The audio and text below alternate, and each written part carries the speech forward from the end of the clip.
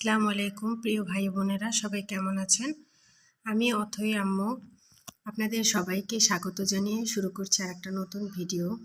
তো গৃহিণীদের সকালবেলা শুরুই তো হয় রান্নাঘর থেকে, তো সেখান থেকে আমার আজকের ভিডিওটা শুরু।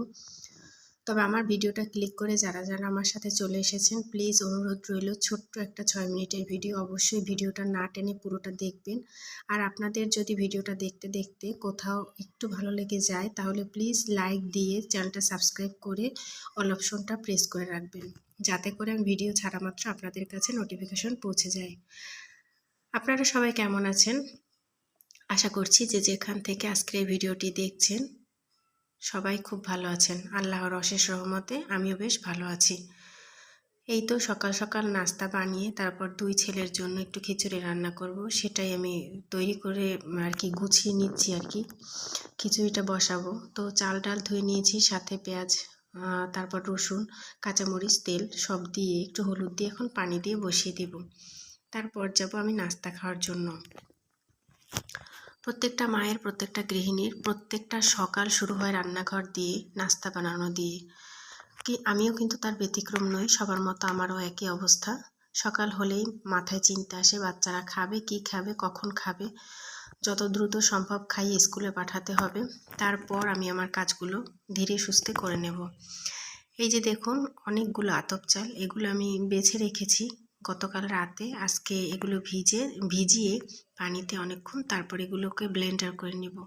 এই যে আমার ছেলেমেয়েরা স্কুলে যাচ্ছে, ওর দাদা আর দাদি রাস্তায় দাঁড়িয়ে ওদেরকে ভালো করে বসিয়ে দিচ্ছে, যেহেতু 3টে বাচ্চা একসাথে নিয়ে যাচ্ছে। ওর বাবা স্কুলে ওদেরকে পৌঁছে দিয়ে তারপর সে তার স্কুলে চলে যাবে, যে স্কুলে সে চাকরি করে।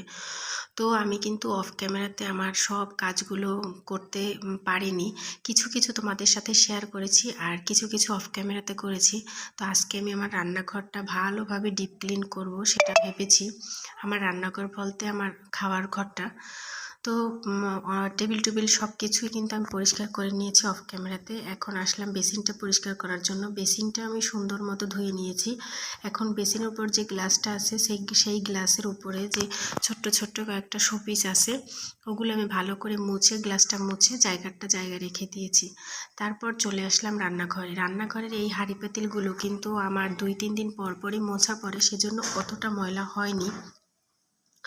তবুও যতটুকু পড়েছে সেগুলো আমি ভালো করে মুছে নিচ্ছি। আর প্রত্যেকটা বাটা বয়মের উপরে আমি ভালো করে মুছে নিচ্ছি। আসলে আমি তো গ্রামের বাড়ি থাকি, আর আমার চারপাশে সবাই মাটির চুলারা যেহেতু রান্না করে, তো ফাঁকা দিয়ে যে ধোঁয়াটা আসে সেটা কিন্তু সব কিছু নোংরা করে দেয়। সেই ধোঁয়ার জন্য সব কিছু কালো হয়, ধুলাবালি জমে, তাই সব কিছু মুছে নিয়েছি। এদিক থেকে আপনাদের ভাইয়া গতকালকে রাত্রে 4 কেজি খেজুরের গুড় এনেছিল, সেটা একটু আপনাদের সাথে শেয়ার করলাম।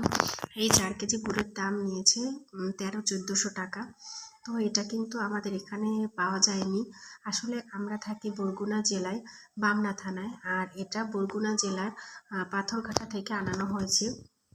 একজনকে দিয়ে আপনাদের ভাইয়া আনিয়েছে। খেজুরের গুড়টা কিন্তু একদম আসল গুড়, এর মধ্যে কোনো ভেজাল নেই। আর গত বছর আমরা যেহেতু গুড়টা এনেছিলাম, তো খেয়ে আমাদের ভালো লাগছে, তো এবারও আমরা আবার আনিয়েছি।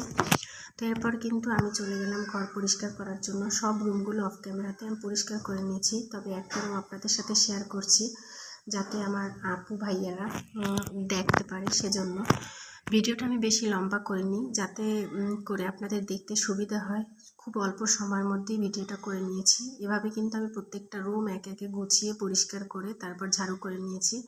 এদিক থেকে মধ্যে মধ্যে আমার আনাপশোনা ঘুরছে। তারপর দোতলার সমস্ত কাজ শেষ করে চলে গেলাম নিচতলায়। আব্বু আজকে হাটবার দিন, যেহেতু অনেক বাজার সদাই করেছে। পালং শাক এনেছে, মূলা এনেছে, তারপর রুই, তেলাপিয়া মাছ, পাঙ্গাস মাছ, বৈরাগী মাছ, পোমা মাছ আর একটা হাঁস।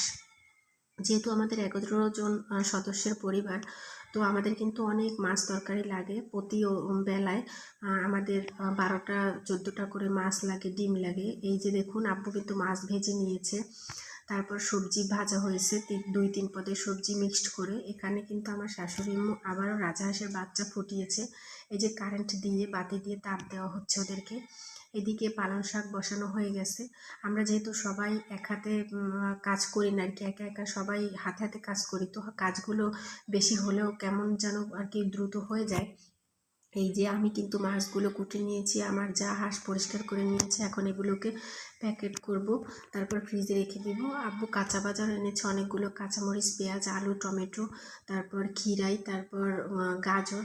সন্ধ্যাবেলা আপনাদের ভাইয়া 2 প্যাকেট বিস্কিট এনেছিল, সেটা বয়মে রাখার সময় একটু ভিডিও করে নিয়েছি, যাতে করে আমাদের আপু ভাইয়াদের সাথে আমি একটু শেয়ার করতে পারি।